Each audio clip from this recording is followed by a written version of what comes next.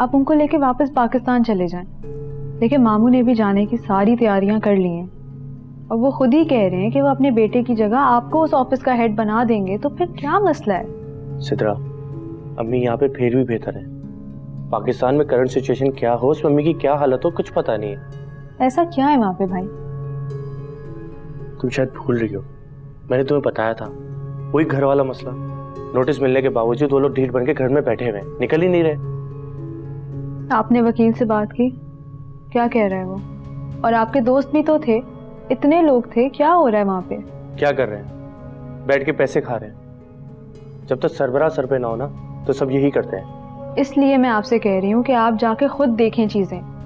करोड़ों की मालियत का घर आपने ऐसे ही दाव पे लगाया हुआ है। चलो ठीक है, मान लेते कि मैं वापस चला जाता हूँ, केस जीत भी जाता हूँ, फिर क्या होगा? सोचा है? क्या अम्मी बर्दाश्त कर पाएंगी जिसके ऊपर उन्हें आग बंद करके भरोसा किया है, वही शख्स धोखेबाज निकला है? देखिए मैं अम्मी से बात करने की कोशिश कर रही हूँ। मैं रोज कोशिश करती हूँ कि मैं उन्हें समझाऊं, करंट सिचुएशन से आगाह रखूं, लेकिन वो चीजें आप छोड़ दें। आप सिर्फ जाने की तैयारी करें, बाकी सब ठीक हो जाएगा।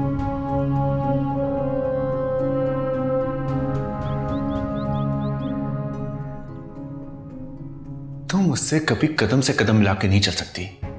बहुत पछतावा हो रहा है मुझे तुमसे शादी करके।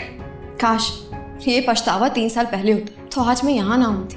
क्या कहा तुमने? क्या चल रहा है तुम्हारे दिमाग में? बोलो, कुछ पूछ रहा हूं। क्या चल रहा है तुम्हारे दिमाग में? फराज मेरा हाथ छोड़ो, मेरा हाथ दर्द कर रहा है। अपनी औकात मत भूलो।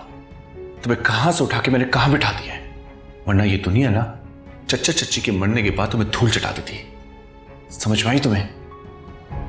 धूल चट पाती दुनिया। अम्मी अब्बू तो तुम्हारे दुखों में ही मिट्टी में मिले। अब पछता रहे हो तुम। मैं शक्ल से मासूम जरूर लगती हूँ फराज, लेकिन अहमक नहीं हूँ। अब मैं तुम्हें पछताने नहीं दूंगी। रामी, फराज बता रहा था कि अम्मा आई थी और वो बहुत देर तक बैठ के मेरा इंतजार भी कर रही थी। तुम मुझे फोन नहीं कर सकती थी? ये काम तो फराज भी कर सकते थे, आप उनसे पूछ लेती। दलीलें मत दिया करो।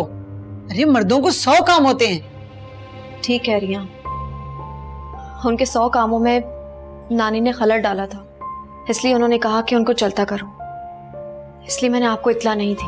अपने परों पर पानी मत पड़ने देना। अरे बीवियां तो शौहरों के पर्दे रखते रखते मर जाती हैं। पहले नंदों के पीछे पड़ी हुई थी, अब तुमने फराज से जिद बांध ली है। कोई ना कोई महाज खुला रखना।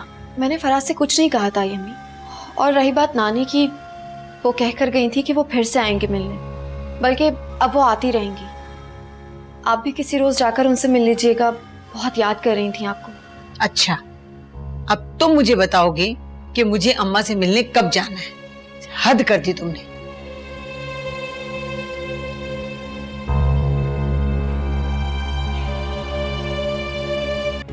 मुश्किल